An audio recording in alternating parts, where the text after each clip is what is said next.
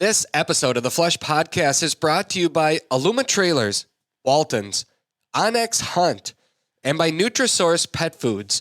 Today I'm joined by Josh Miller, owner of River Stone Kennels. Josh is a full-time dog trainer with a decorated list of achievements in the training and handling world, but his real passion is training people to train their own dogs.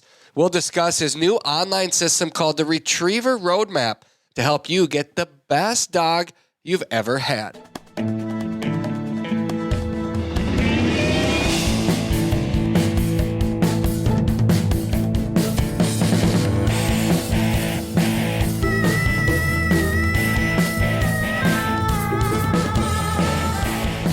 Welcome to another episode of the Flush Podcast. I'm Travis Frank. I'll be your host today. Brandon Morton, you want to be the producer? Yeah, sure. Why not? Okay. Lucky me. All right. Sounds good.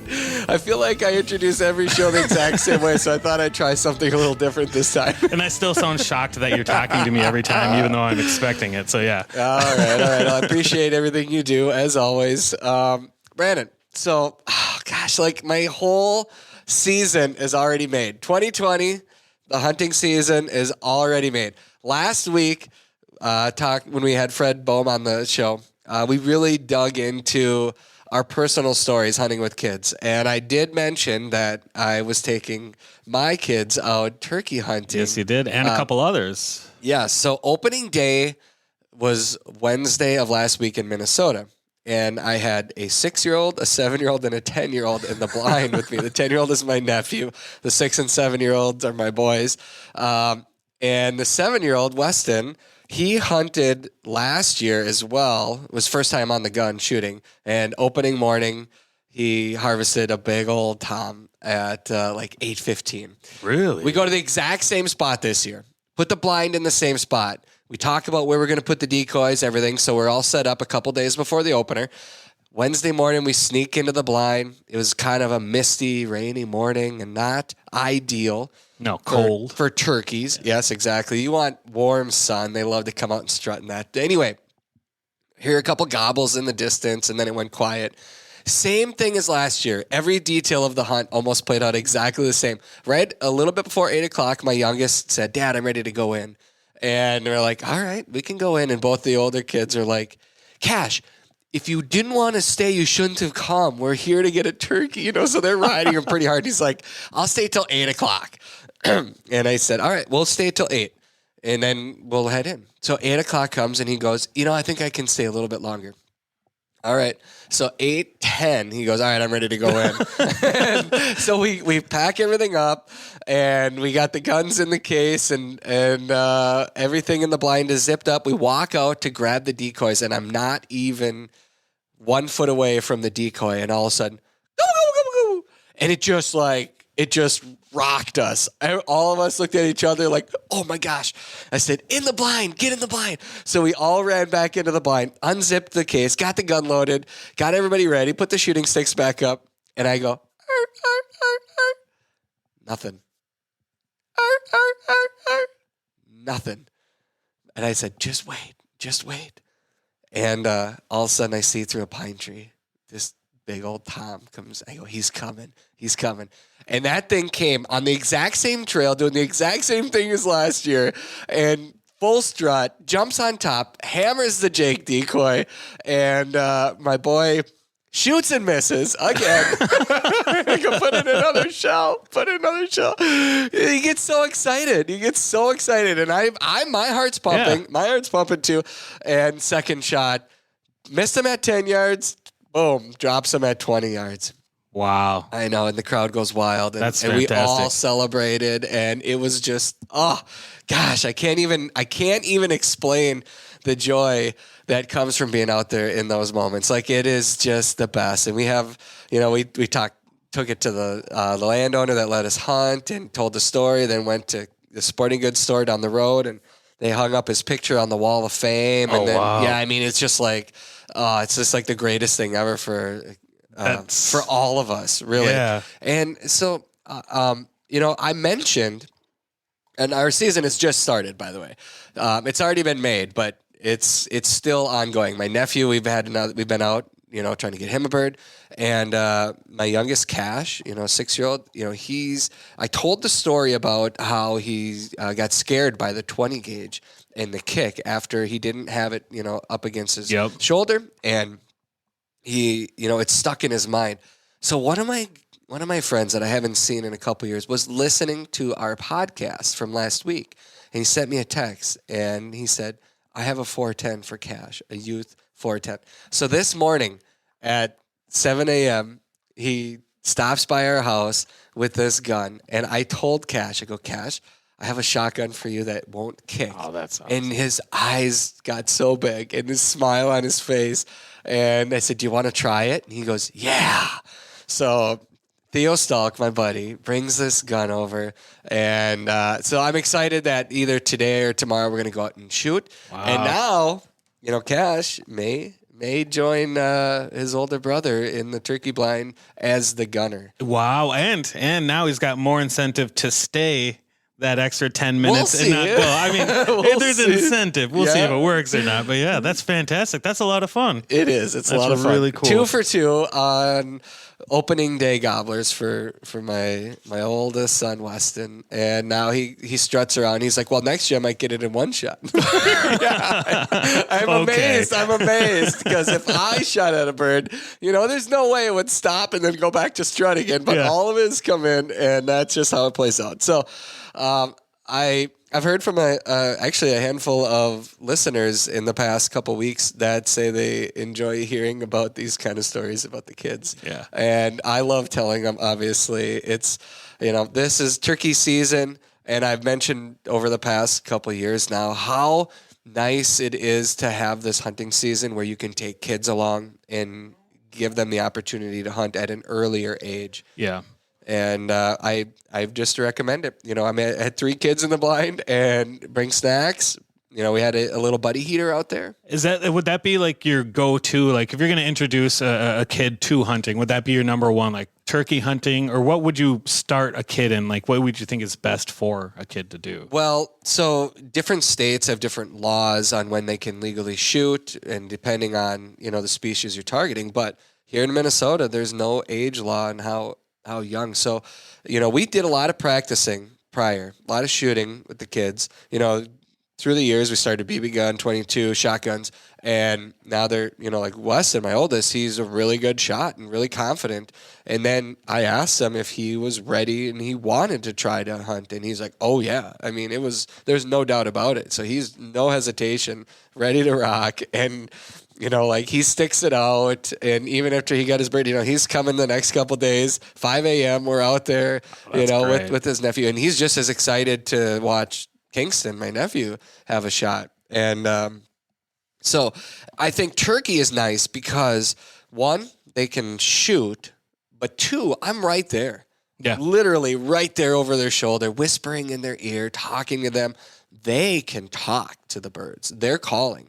I've taught them how to do the slate call and the box call. They're not on the diaphragm yet. I do some calling too, but they actually get the chance to call and talk and interact with the bird. And there's something cool about that when you're actually interacting. So I just think turkey hunting is just such a great way to introduce them, but also anybody to it. And then, like we mentioned again and again over the years, any opportunity to take them out, don't miss it. Just let them walk with. If they're not ready to shoot at a flying bird in a pheasant field, that's okay. But they can still be there. Yeah, and come get that morning routine. Watch in there, getting dogs. Up early. Yeah, watch. Especially because Weston and Cash, they snuggle up with Daisy at night. They have bunk beds in their room, and Daisy sleeps on the bed with them. And it's to watch her out there just dominating the field. It's cool for them really to watch her do her thing and bring a bird back, and it's just it's normal life for them, and it's exciting. So I don't think there's a wrong way to do it. I just love this time of the year. Awesome. And we've got several more weeks. Maybe, hey, if you want to come back. I know. I'm just like, where's my invite? I know. I was maybe hinting a little bit like, hey, maybe not a kid, but me. Yes, I do have. I have 2 other adults that have never hunted that are going out this year. So, I've just got to pile up enough spots to take everybody. Everybody wants to go. Everybody does. I totally get it. I put myself last in the order of who gets to go. Last year, I just bought a tag on the last season, and I told my wife on a Friday night, I'm like, I'm going to go out in the morning. And fortunately, it worked out. I brought my fan out and I fanned a bird, and my hunt was over in 15 minutes. He almost ran me over. 5-foot shot. Yeah. The excitement in this office around turkey hunting season is crazy. This is like my second or I think my third year around the office at this time of year. Yeah. And it's just, everybody's just so happy and giddy and excited. It's something to be seen. I know. Like every day that I can get the kids out, I'm doing it. Scott right now is at turkey camp, Scott Franzen. Ron Shera is heading out to the Black Hills, I think in the next day or two. Yeah, he just did a Minnesota Bound episode on turkey hunting. Yeah, so, yeah. And there's a couple of our sales guys are going out Thursday. I think Bill goes out. Bill Shirk, he takes his kids out. It's the thing to do. It's the thing to do. Josh, our guest, he is leaving. Josh, you can join the conversation. Sorry to ramble for so long. I didn't know it was going to go that long. But Josh Miller is our guest today. Josh, when are you going turkey hunting? Well, our season here in Wisconsin actually starts tomorrow, so I am stoked about that. I think it sounds like I'm just excited about turkey season as you guys are over in the office. Yeah. But I start off my season here in Wisconsin tomorrow. Then next week I will be in Wyoming. Possibly hit another state if I can get another tag in that area out there, and then come back. And I usually try to do a Missouri trip as well. I really like Missouri, but man, turkey season, I don't know if it's about the break that we've had over the last few months, the wanting to be outside, what it is. Turkeys themselves, it's like it's as close to elk hunting as you can get between the communication and the movement and the chase but man, like Travis, like so fun listening to the kid aspect of things for so many reasons, right? But I'm actually, one of the things I'm really looking forward to is through the kennel we've had some great kids come through. We hire high school kids from sophomore, junior, senior kids to come out, and they handle chores and they start to kind of learn what the dogs are all about. And what's so fun about this is that we've now had numerous kids that don't come from hunting families, that likely never would have picked up a gun or hunted in their life, that they get into it and become outdoorsmen and hunters themselves through the kennel, because the dogs make the first connection, which is, they connect with the dogs, it gets them sucked in, and then all of a sudden it's like, hey, can I go see what Daisy does out in the field? And hey, can I go watch, Brock go? Or, I just want to see what he does. And then all of a sudden that's cool. And so this kid that I'm taking out here this weekend, so he actually went on his first ever hunt with me, waterfowl hunting this year, and I kind of spoiled him because just how things worked out. I took him down to Arkansas to my lease down in Arkansas, so we hunted the timber, and of course, it happened right? We just had 50 mallards breaking branches. Hunt. Oh gosh, it was like, and he's just ecstatic, and one of the camera guys that comes with me all the time, he like grabbed him by the shoulder and he goes, I want you to know it isn't all like this. Just like setting the scene of like, you can't get too excited, for like every hunt isn't like this. But I totally agree with you on the turkey side of thing of getting, kids involved. I think part of it has to do with the weather, right? Like it's just warmer, it's more comfortable. You're not freezing your tail off. You can get away with talking, you can get away with moving, kind of being somewhat social, but yet, they're learning and can observe everything. It's really unique. It's really a fun opportunity in the spring to get those kids out and get them involved. Yeah, totally. I mentioned last week how I brought my kids real early. They were 3 years old. They started coming out into the turkey blind just to hear them. The first hunt didn't last more than 15 minutes. The birds never left the roost, and we already left the blind. But it just it did something when they heard the birds talking, and then clearly it's carried now over the last couple of years. I mean, they're all crazy about the birds, and so is my little girl. We have a special turkey date coming up. My daughter, she's 4, and her level of patience is not where the boys are yet, and I knew our chances were going to be good on opener, and I said, honey, we're going to go do our own special hunt because I wanted her to be able to go, but I also knew that her likelihood of staying till, let's say, 7:30, 8 o'clock was not very high. So she's just going to come and be a part of it. Josh, you've got a couple young kids, though. How soon do you think before you'll be bringing them along? Yeah, I do. So I have so Ava is my daughter, and she just turned 3, and then Colt is my son, and he is 1.5. And man, like it'll definitely be sooner than later. Like I've kind of kicked around. I think Ava and I will probably just like maybe take some walks, in the afternoons on these warm days and try to get some birds to talk to us. But what's fun about where we live, so on our farm here in western Wisconsin, we have turkeys all over the place. And so we literally watch the turkeys every morning before we go to school out the window. I have, Colt, who's 1.5 years. He's sitting there, trying to yell out the window and trying to pop, pop, pop. And he's trying to do his like gobble, gobble, gobble. He's trying to get him to talk to him. And it has been actually something, just because it's around us. Ava has loved doing this since the time she was, really kind of that 1.5 and really able to understand what all was going on.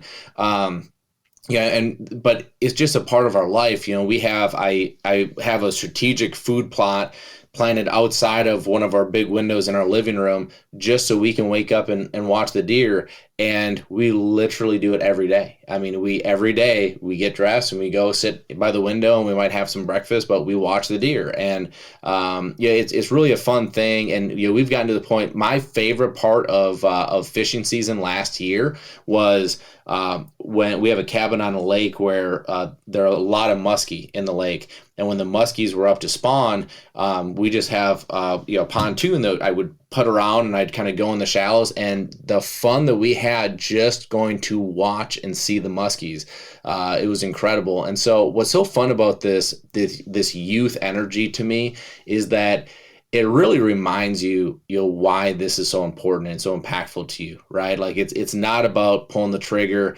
It's not about, going and killing something. It's about, these memories, and it's about getting out and enjoying, the gifts that have been given to us.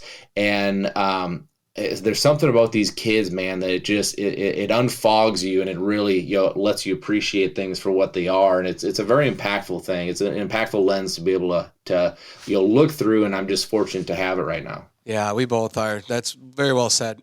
I can't say that I've even considered, my own hunt yet this year. It's so far from priority for me. It's like, how can I make it more comfortable out there? When can we go? I'm working around school schedules and kids and birthday parties and things like that to try to sneak in a hunt here and there for them. And, I just want to make it special in so many ways. And, it always goes completely different from what I planned, but that's exactly the way that it's supposed to go. And the experiences they're so much fun. You got a lot of fun coming up, Josh, and I know a lot of our listeners obviously have been there or are going to be there as well. So hopefully this resonates to continue. We've talked about this a lot, so hopefully it's not becoming annoying to listen to, but just the fun of getting kids out so early on in life. Let's get into the dog training conversation, Josh, because we're going to fly. There's so much for us to talk about. We have spent a lot of time talking about pointing breeds, training with different pointing breed dogs. And that's because I have a dog that is a pointer. She's a mix between an English setter and a German shorthair. I've trained with the Huntsmith Silent Command training system.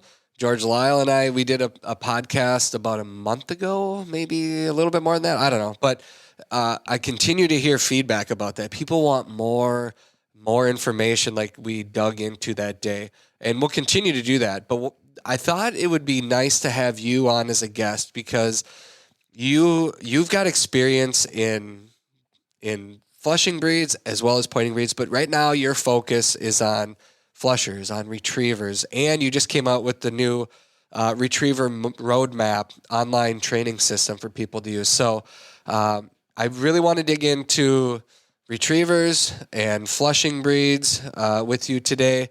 I think it might be helpful to for people that don't already know you, maybe build a little credibility for you and have you explain a little bit of your history, your background in dog training. So, first off, when did you start training dogs and why? Yeah, so that's a great question, a great place to start because it's funny. I didn't grow up in a dog family. Like we had two labs, but they didn't hunt. My dad was a deer hunter. Not really a big bird hunter at all. And it was something that I kind of was. I always like to kind of jokingly say I was kind of the black sheep of my family when it came, to the hunting, side of it, because my family is a big deer hunting family. And for whatever reason, like I just gravitated towards waterfowl. Like I loved watching, ducks work. And I just think it's amazing, watching them and how they move and how they, come through the air and how they sit down, how they communicate. I love the communication side of things. And my grandfather had a cabin up in northern Wisconsin, and it was like 40 acres across the road, but he was on a lake. And so what ended up happening, because I fell in love with waterfowl, is that, we would go up there for a weekend. We'd get up in the morning and my dad and brothers and my uncle would, go out the back door and, go out across the street and go deer hunt. And I would go down to the lake and paddle out on my little skiff and go attempt to call in a duck and try to get a shot. And I was unsuccessful more times than not because I had no idea what I was doing. But that's where my passion, really started. And then from there, I really wanted someone to do this with. And, the dog was the obvious choice for me. And so that first dog, man, his name was Easton. And Easton was the most impactful being that I've ever had in my life. And I know that's a very, very significant thing to say about a dog, but that's what he was to me. And so, when I got Easton, I got him exactly how I preach not to buy a dog today. So I saved up, actually umpired Little League games over the summer, saved up my money, found somewhere in a newspaper that had, a litter of puppies for sale, and went and I picked up a puppy.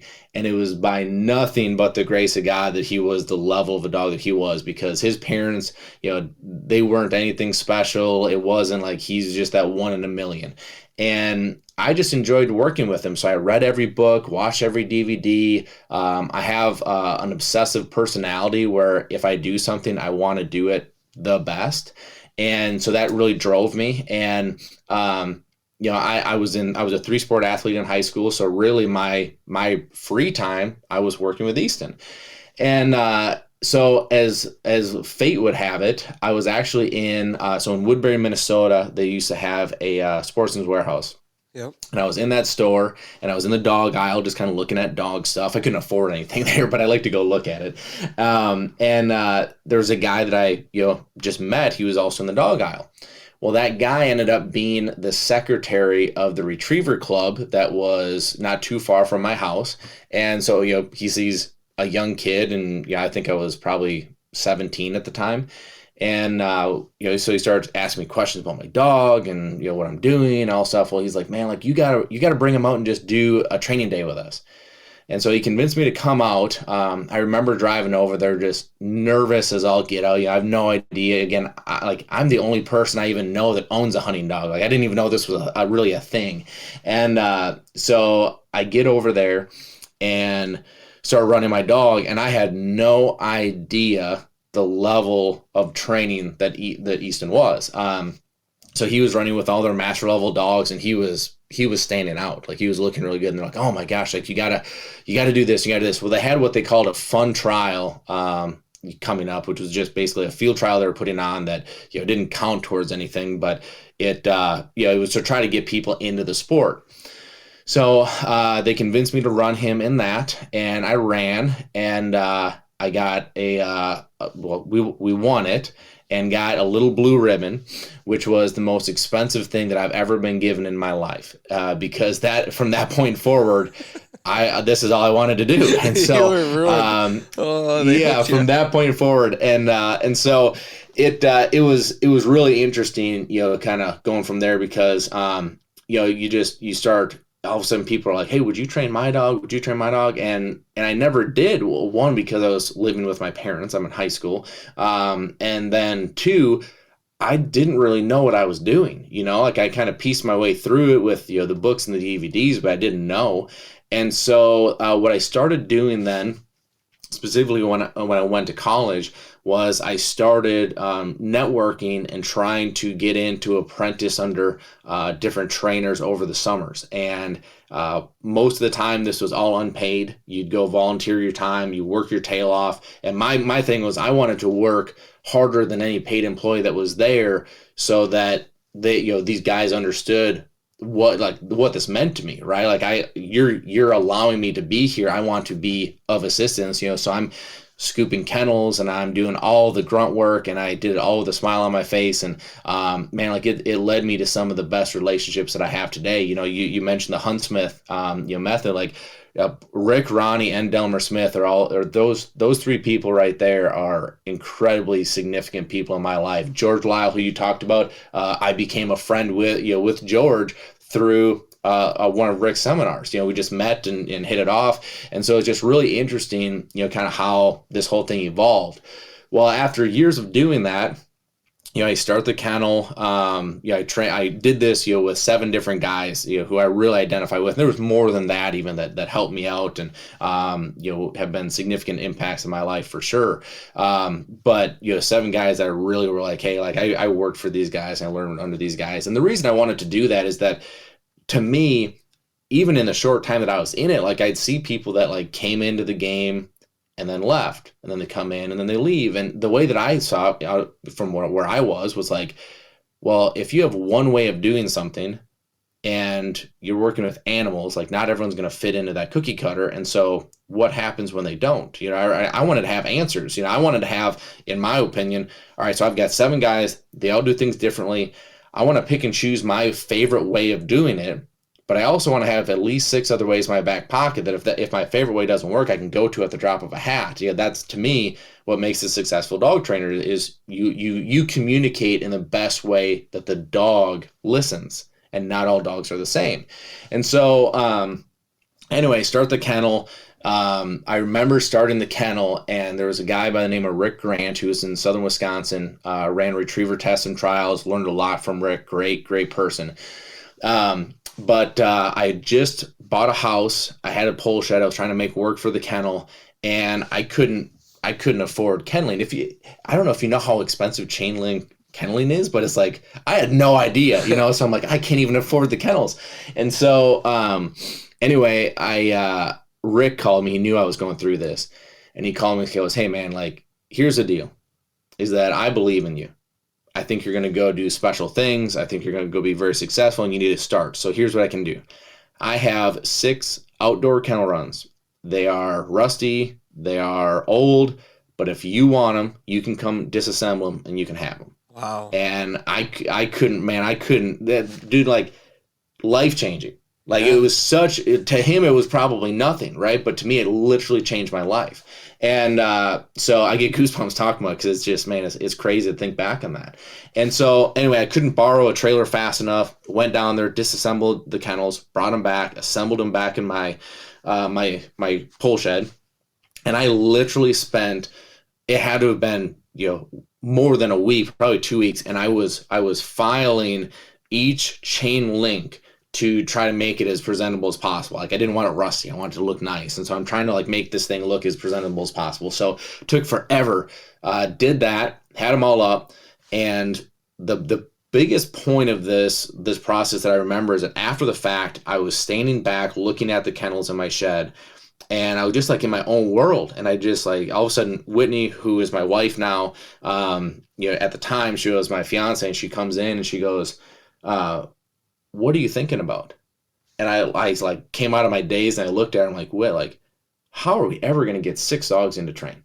Like, it was just like mind boggling to me that we would ever have that. And, fast forward to today, we have a 36 run kennel that is full all year round. We have dogs that come in from literally all over the country, all over the world. We sent last year. We had dogs in from British Columbia, Alaska, Russia. We had Alberta. We had California. I mean, like, oh, I mean, it's crazy. It's crazy. Most of the dogs get flown in now. It's not Really? even local people. Yeah, it's really interesting. You know, when I started the kennel, I literally called all the guys that I worked for, and I was like, look, if you don't want a dog, I'll take him. You know, like, so I got every nutcase from, you know, dogs were aggressive to like dogs that like, it was unbelievable. But the lessons that those dogs taught me, right? Like I had to grind, right? If this is going to work, I got to make this work. And so I had to take these dogs that nobody else wanted and go do stuff with them. And some of my proudest moments were from those dogs. And so, yeah, it's really fun kind of, you know, looking back on that. And the whole time, you know, I tested and I trialed my dogs and, you know, was being successful with it. But I had a point that one of those guys, I won't use his name, but one of those guys, you made a comment to me, which was, he's like, Josh, you'll never see a guy that is a retriever, you know, guy that will go trial also in pointing dogs or vice versa. He said they're just too different. You know, you'll never see that. And You took that as a for challenge, whatever, didn't you? oh my gosh, man. Like for whatever reason, my competitive bone just like shook and I'm like, all right, well, this is happening. And so anyway, I had a setter that I got with this in mind. And you know, if you're a setter guy, you probably know the name Shadow Oak Bow. This was a bow puppy. And so I got this bow puppy. His name's Ranger. And I was going to go all in on it, you know, so I ended up, I bought a horse. That horse taught me a lot because he was not what he should have been.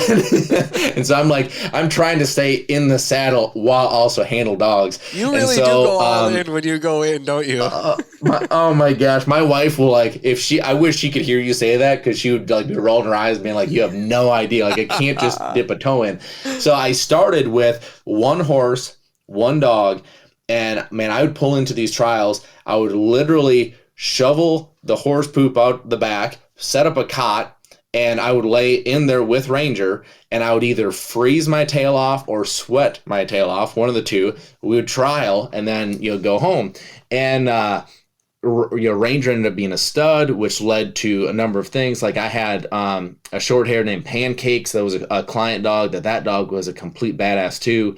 I mean, these dogs like Ranger and Pancakes, we went all around the Midwest, and for the most part, it wasn't a question of if one of them was going to win. It was which one, and the other one was going to take second. Wow. And then so 2 years later, after starting this thing, with one dog and one horse, I was running 12 dogs. I had 4 horses. I had a trailer that couldn't fit all of them in there, and I played Tetris to make it all work.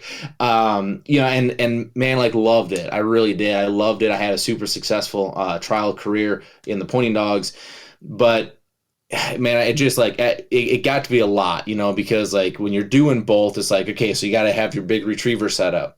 And then you got to take all that stuff down and reset and get the horses and get them ready and get like, it was just like, it got to be a lot. And so I kind of filtered back into what my bread and butter was, which was my retrievers. And I've been doing that pretty much exclusively ever since. And I love it, man. Yeah, I breed British Labs. So I spend, before COVID anyway, I'll be going back overseas this year, but before COVID, I would spend anywhere from 2 to 3 trips a year, go overseas, try to find the right dogs, bring them over, be a part of the breeding program. And, you know, we might not have time to dig into all that, but that's a whole other thing in itself of, you know, why I went that route and the dogs I brought over and why I have them. But man, it's been a wild ride. Our friends at Waltons are celebrating this month because they just launched an updated website to make shopping for all of your wild game and food processing needs so much easier. And to celebrate, they're giving away a Waltons chambered vacuum sealer, an assortment of Waltons vacuum bags, an apron, and a collection of seasoning shakers, all valued at over $1,300. The best part? They have giveaways like this each and every month. This is just one of the many ways Jonathan Tremblay and the family at Waltons try to help you make the most of your meat processing and cooking needs. They also host podcasts, live streams, and online chats in their Meatgistics University.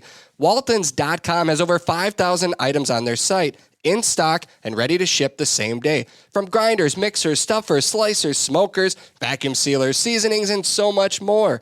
Head to Waltons.com to sign up for their giveaway and shop from the comfort of your home or anywhere in the field. Waltons, they have everything but the meat. Aluma Trailers, they've got you covered. Their trailers are built by a hardworking team in Bancroft, Iowa. They have models for nearly any and every hauling need, from ATV and UTV trailers to utility, snowmobile, motorcycle, car trailers, and even fully enclosed trailers like mine. Trust me when I say Aluma Trailers tow gear like a dream, and they are 100% maintenance free. Plus, they come with an industry best 5-year warranty. Visit alumakln.com to find a trailer that fits your needs. For everything that gets you outdoors, Aluma Trailers will help you get there. Just to jump into that, I mean, can you sum up we could, I'm sure, dig into that a lot, but like, why do you go all the way over to Europe to find a dog instead of just finding a bloodline here that you like? Yeah, no, great question. Okay, so here's kind of the quick version of the story that I like to tell on this, and it won't be crazy quick, but it'll be quick enough. So when I was training, so go back to when I was in the pole shed, taking these dogs in, I hated British Labs. I mean, like they were not my thing. The British Labs that I was seeing come in for training, they had no motor. They didn't have a ton of retrieve drive. And so for me as a trainer, I'm sitting here going, well, what the heck? Like I gotta have something to work with, Yeah. But I was seeing them kind of here and there. And so over the first couple of years, I had that opinion. Then all of a sudden I saw a good one. And I talk about this a lot, but like we all have breeds that we love. And if we're all honest with each other, we all have breeds that we're not crazy about, right? Yeah. But even if there's a breed you're not crazy about, if you see a good one, it piques your interest, right? Like, oh, like what's different here, right? So I did that, and it piqued my interest with that dog. And that dog was a fantastic dog. Bull was his name. I still remember that name. That was like 14 years ago. But yeah, Bull was his name. I loved that dog. And so then, I don't know, a couple months later, I see another one that I really like. I'm like, huh. Well, ironically enough, is from the same breeder. So I'm like, all right, my dog nerd in me is like geeking out, right? And I'm like, all right, I gotta know more about this. So I get on the phone, call this guy, and go over like, what are you doing? Why are you doing it? Like, this isn't what I'm normally seeing, blah, blah, blah, blah. So I pick his brain for hours. So I hang up the phone, and Travis, to your point, I can't ever just dip my toe into something, because the next thing that I did is I went online. I found a field trial that was going to be going on over in Scotland, and I booked a plane ticket. No way. Have no idea Jeez. where I'm going, why I'm doing it. But luckily, I had some guidance through this guy I talked to of like, hey, like this is what you look for, this is what you do, this is kind of how the process goes, right? So go through that, get overseas, and man, like I stick out like a sore thumb, right? Like I'm the only American that's there. I'm the only one that's not in tweed. I was going to say, you probably didn't dress in the knickers or whatever they call those pants. No, I didn't. But what I did know is I was in an incredible place. Like if you've ever been in Scotland, it's absolutely gorgeous. And so where this trial was actually being held was in the very north end of Scotland, like very remote. And so the little hotel that we were staying at was like a little hotel pub. And what was neat is that everyone involved with the trial was staying there because it's the only place to stay. And so anyway, so we go to the grounds, and again, luckily I had some guidance and got hooked up with someone kind of show me around a little bit.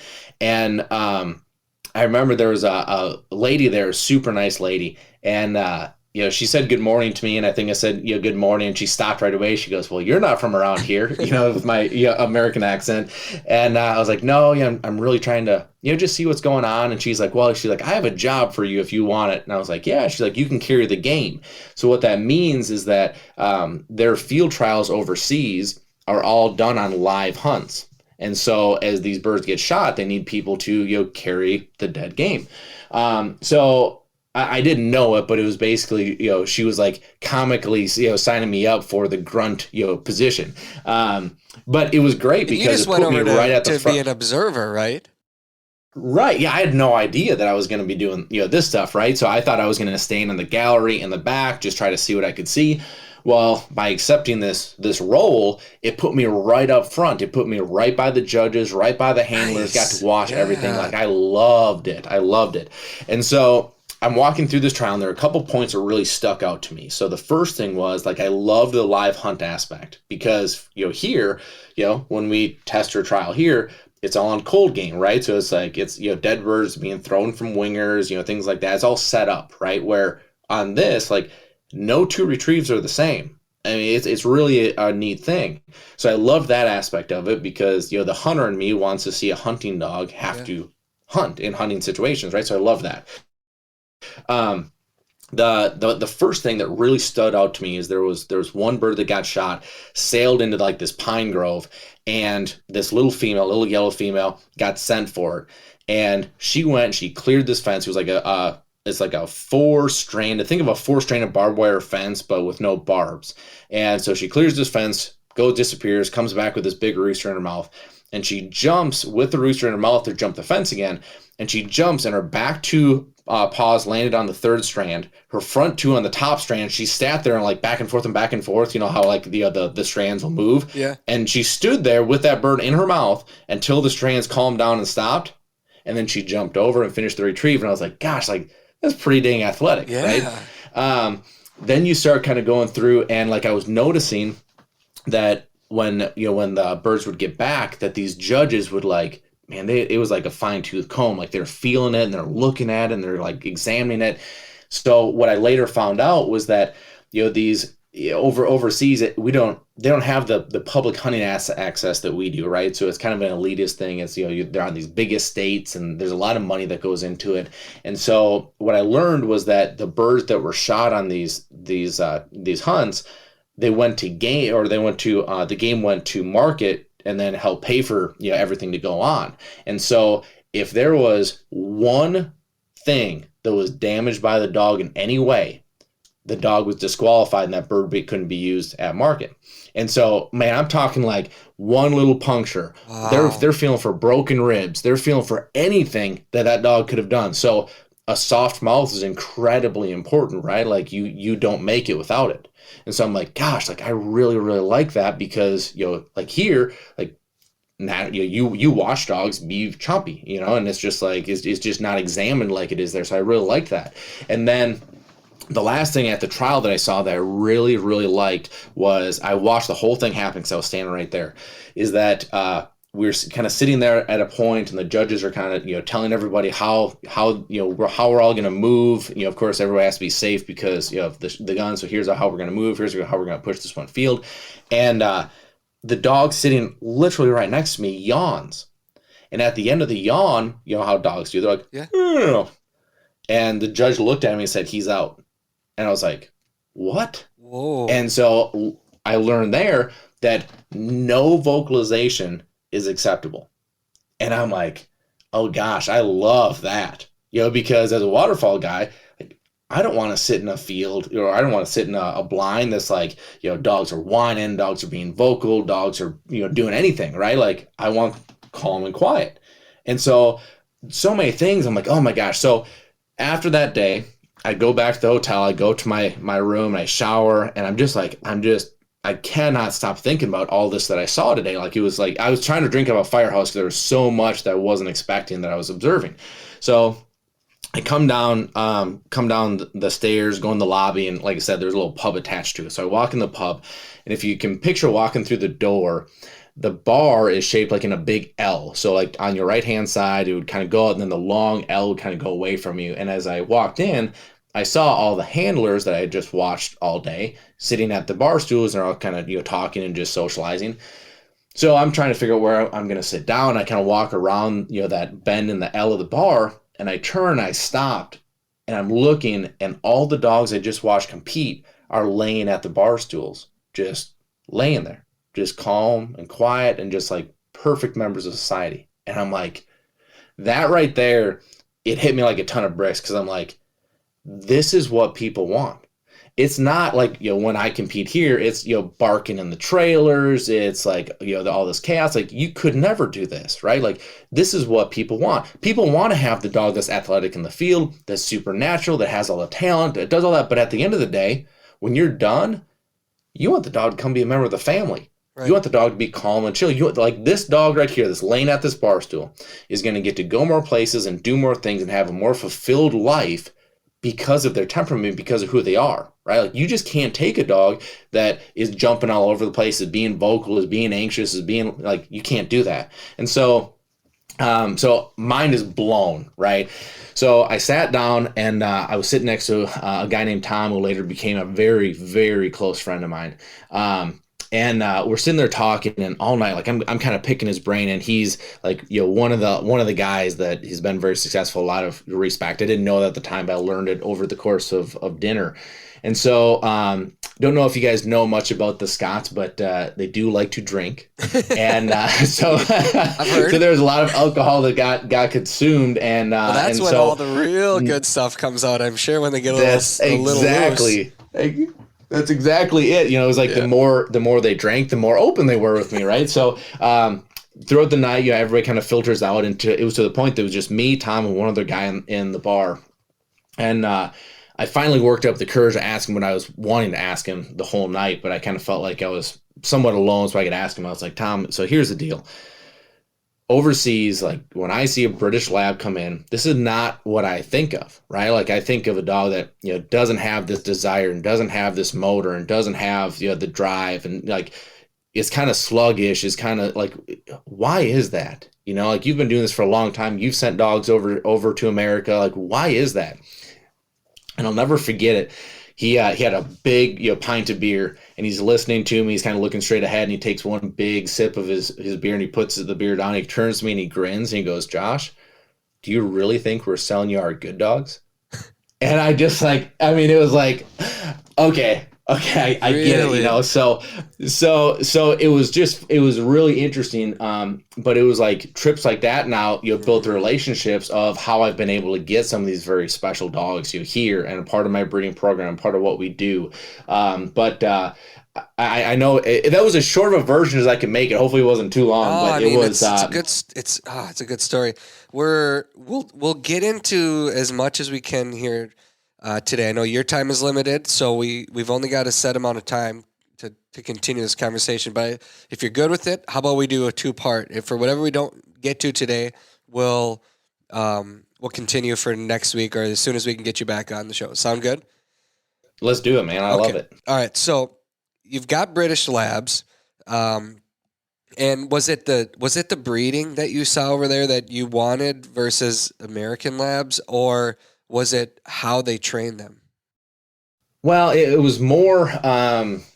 A lot of it had to do with the natural side of things, So like there's such sticklers on the natural mouth, the natural retrieve. I know it sounds silly, right? But it's not something that's always thought about, for a retriever here in the States. Like, you would think that those natural traits are something that should be, and I believe it should be, but they should be a priority, right? Like, you're breeding a retriever, it should naturally want to retrieve, naturally want to have a good mouth. But that's not the case, at least not a lot of times. And I think one of the biggest reasons being is that we've learned how to train that, to overcome that, right? Like, we can force fetch. Okay, that's great. We can do all these things and we can make that happen, right? And so, and that's totally fine. We do it at the kennel, right? Like, we take dogs that don't have a natural retrieve or natural mouth, and we manufacture it and get it out of them, right? But as a breeder, I felt like it was my obligation to the breed as well as my clients to give them the most natural dog that you can, because that's great that I can train the dog to do this, but for my clients, like, I need to give them the most natural dog that I can, because they don't have the tools, nor the time, nor the knowledge, nor the expertise to do all that stuff. So yes, they could send the dog into a trainer, right? Such as myself. But I love when people want to train the dogs themselves. I think there's an appreciation through the process. I think there's a bond and a connection that you don't necessarily get otherwise. And yeah, again, the natural side is important. So, Travis, you talked about pointing dogs, right? So I think one of the most incredible things you can witness is a little pointing dog puppy see a butterfly or see something like that and just lock up and point. Yeah. Right? I mean, That's it's instinct. incredible. That's nothing you've done. That's just a dog reacting because of what its parents gave it, right? Exactly. Now, okay, I totally agree with you. That puppy has no idea why he's even doing it, right? It's just something inside of him says that. Yeah.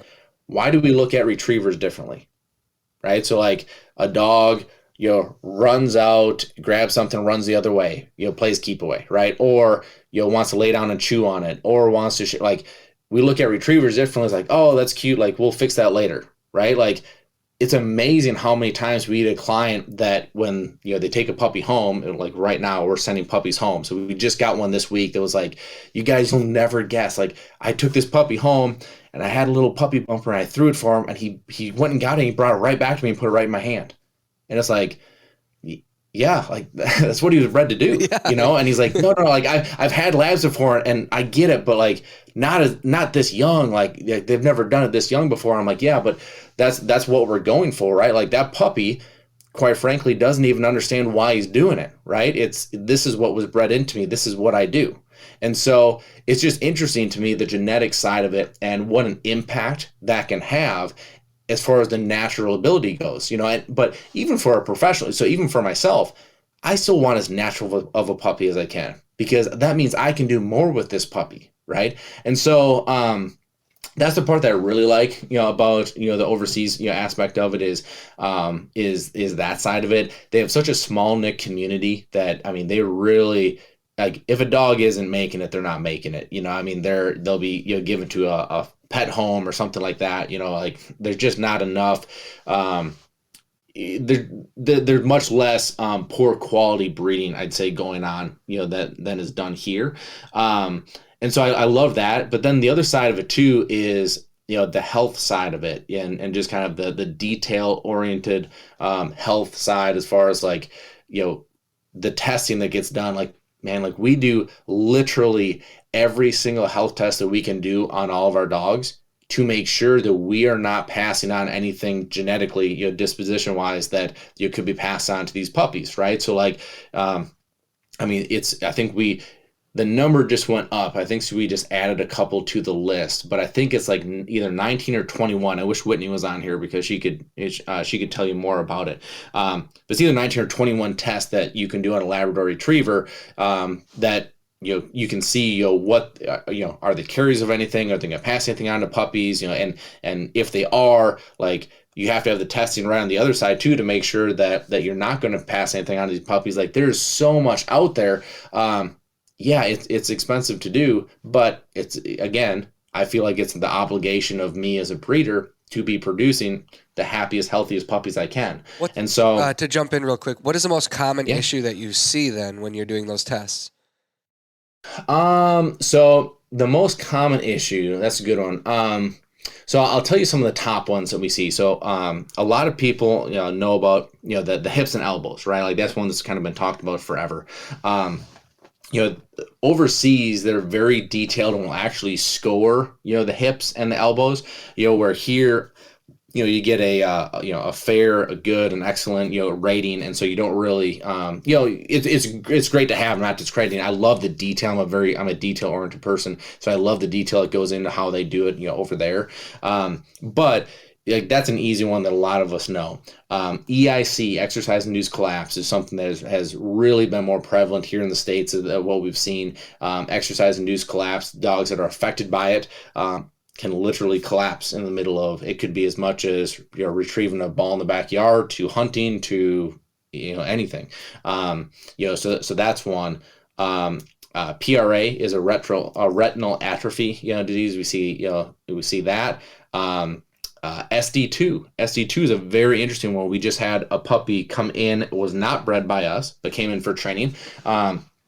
You want to talk about break your heart. I mean, this little dog's name was Rosie, and Rosie had all the heart in the world, but SD2 is a dwarfism gene, and she was affected by it. And so she was a Labrador that looked like she had beagle legs, like just tiny little legs. And that girl, like, she had the heart to go work and go do anything, but her legs were just not going to let her do what she wanted to do.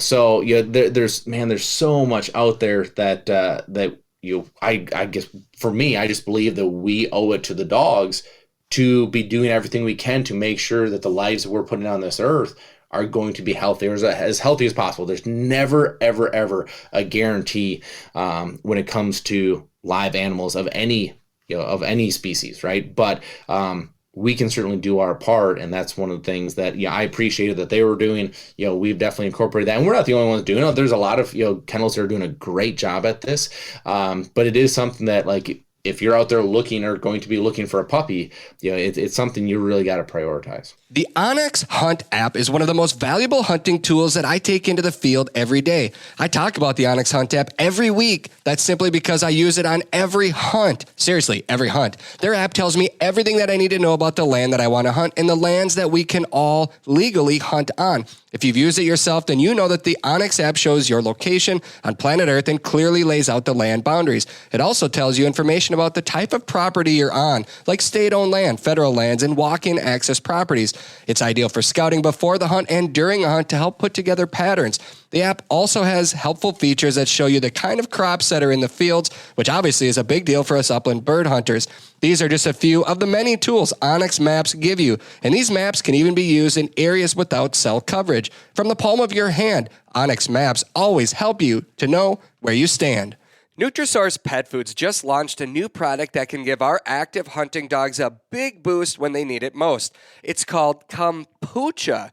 Nutrisource Kombucha, inspired of course by kombucha, is a savory, meaty bone broth topper that's packed with activated postbiotics from a fermentation product that thrives in the gut to promote a healthy gut ecosystem for digestion support.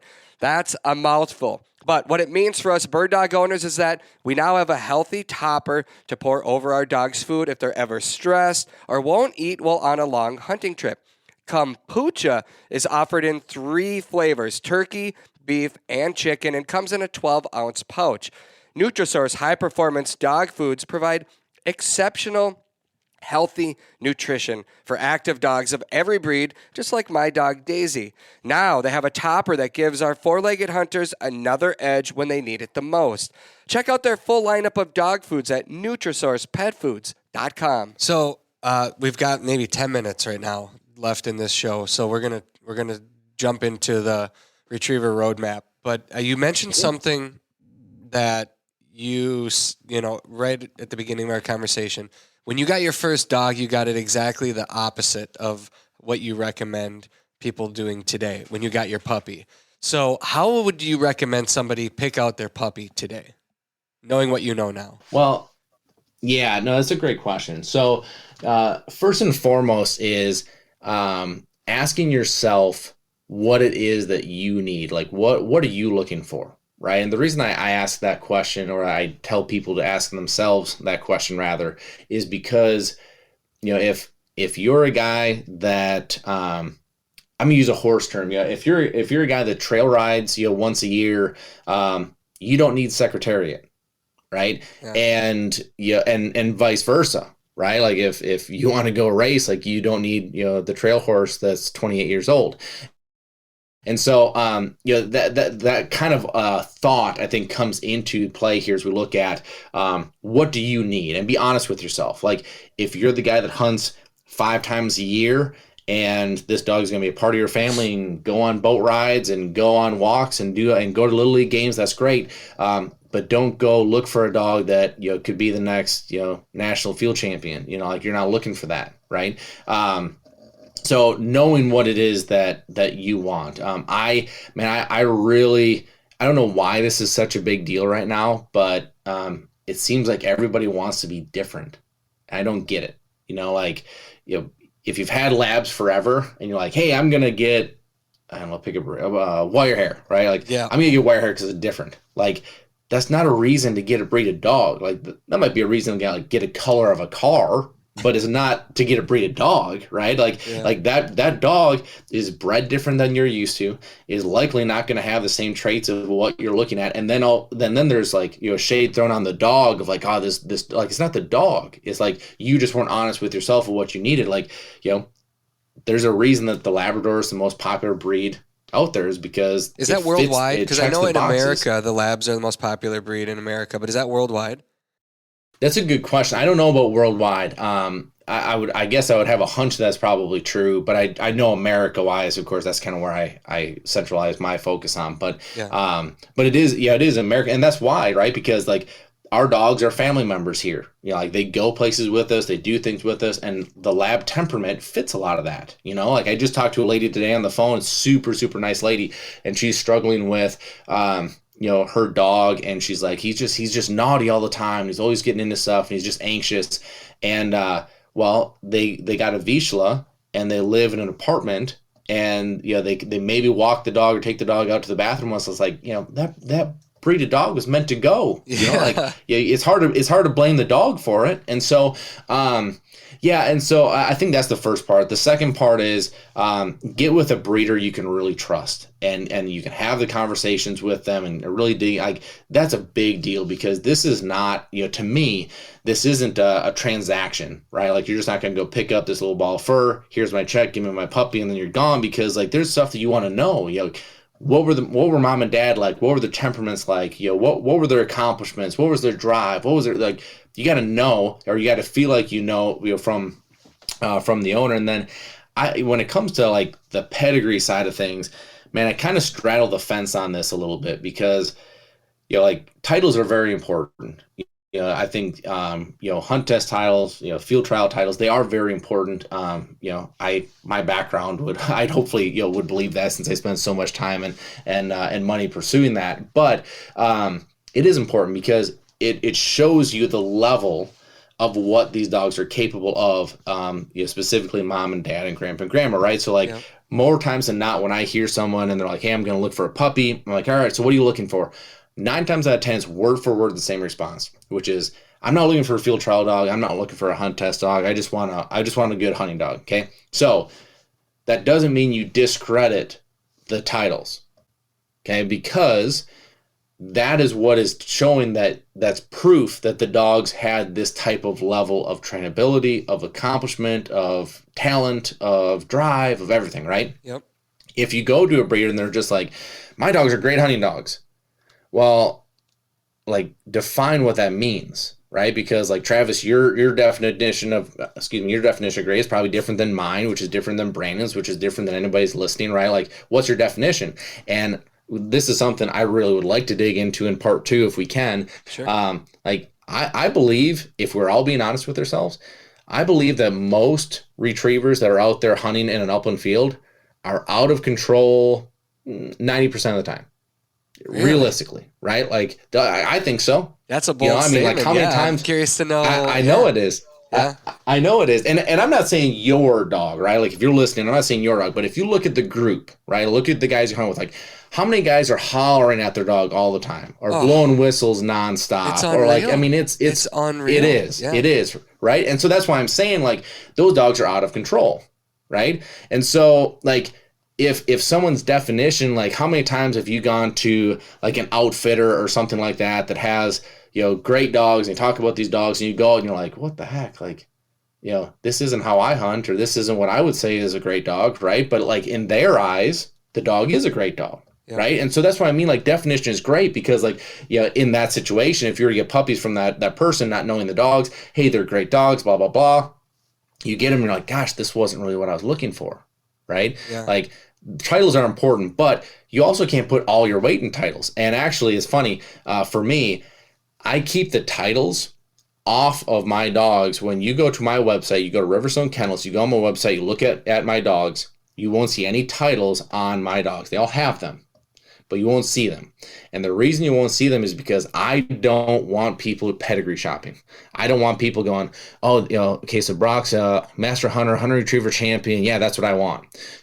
Because 2 reasons. One, that's not the relationship I want with you. I want to talk to you. I want to talk to you about Brock, who he is, what makes him tick, what makes him special, what his flaws are, what is it a fit for you? But then the other thing too is that I don't want there to be some kind of misconception that, hey, just because dad did this means automatically his puppy should do this, right? Like there's a lot of work and a lot of time and a lot of sweat and a lot of tears I've gone into building these dogs to this point. That doesn't happen overnight. And so, yeah, I think that's where I say I kind of straddle the fence there. I think titles are very important. I think it's up to perception what a dog is. Other than that, like that's the proof. Right. Well, but you also can't put all your weight into it. Yeah, exactly. I mean, you can take a great dog with great mom and dad, great genes, everything, and that dog could fail in the field based on what you do or don't do helping them. So that's why I think. I'm not going to put words in your mouth, but I have to imagine that's why you develop, obviously the training that you do at your kennel and all the dogs you work with, but also being able to help other people understand their dogs and learn how to train, which is the basis for your retriever roadmap system, correct? Yeah. Retriever roadmap really came from a number of things. So first off, it's taken years to develop this. So if anyone's looking at, wanting to train their own dog at home, this is a step-by-step video program that goes through a breakdown, each step with a video. I use different dogs. I use dogs that are brand new to the drills. I go through step-by-step, kind of what to do, how to do it. And then the roadmap piece of it, the idea is that no two dogs are going to be the same as far as how they progress through things. Just like, Travis, if you and I both started in Minneapolis and drove to somewhere in South Dakota to go meet up and hunt, we'd probably take two different routes, right? Like I might want to take the interstate, you might want to take the county roads, whatever it is. Well, we're both getting to where we want to go, but we're just taking what route is best for us, right?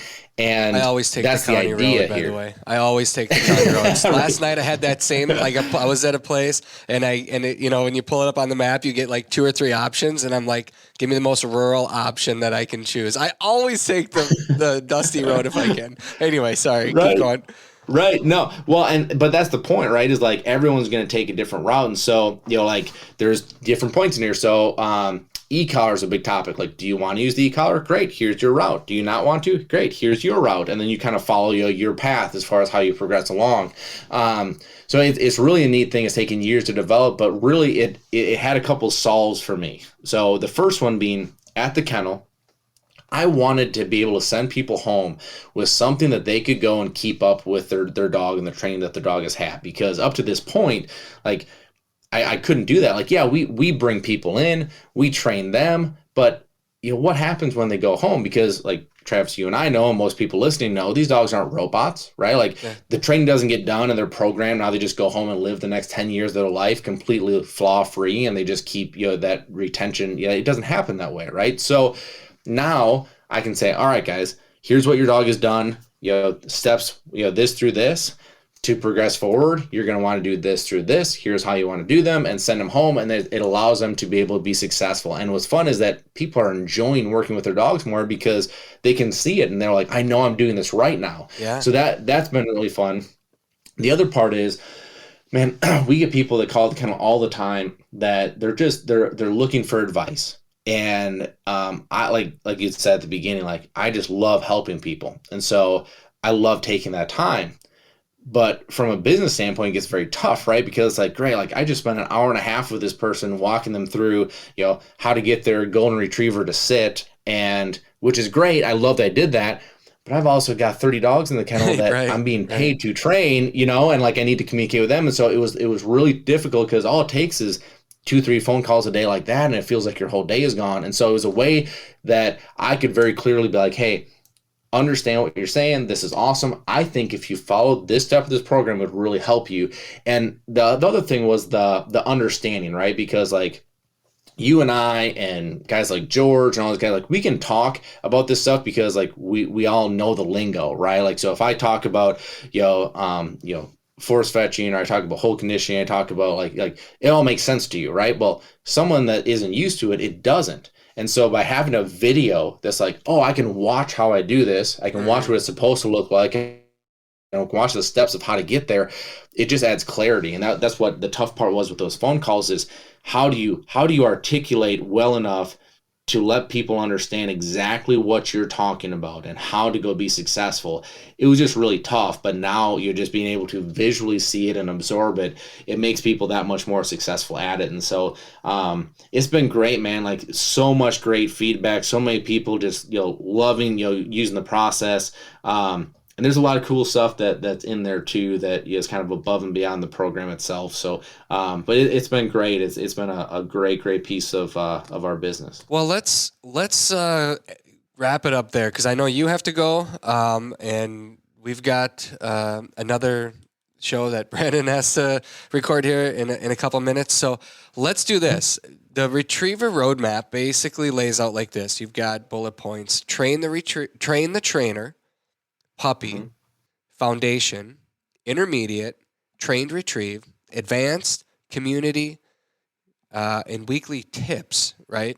I think I think we can break down our next show together by those topics, because once we get into each one of those, we're going to be able to discuss and kind of break down, how to work with your dog in each one of those. Are you good with that? I'm great with that, man. I think that'd be great. Okay, perfect. I know you're going to chase turkeys, so we're gonna have to figure out how to sneak this in, but we'll do this afterwards. Brandon and I will figure out a time when we get the second part going. But you've got just a great story on how you got where you got, and it's fascinating. So I appreciate you sharing all of that with us. Hopefully, the listeners are excited to learn more about how your hands-on approach is to work with these dogs, from puppy to all the levels to advanced. That way they can then work with their dogs as well. So we will be back with part 2, hopefully next week, if not maybe the week after, but it'll happen quick. I appreciate you all for listening today. I appreciate all the feedback from listeners the last couple weeks. And we will continue to keep the conversation going. And if you guys have more guest ideas, topics you want us to cover, please let us know, and we will dive into those.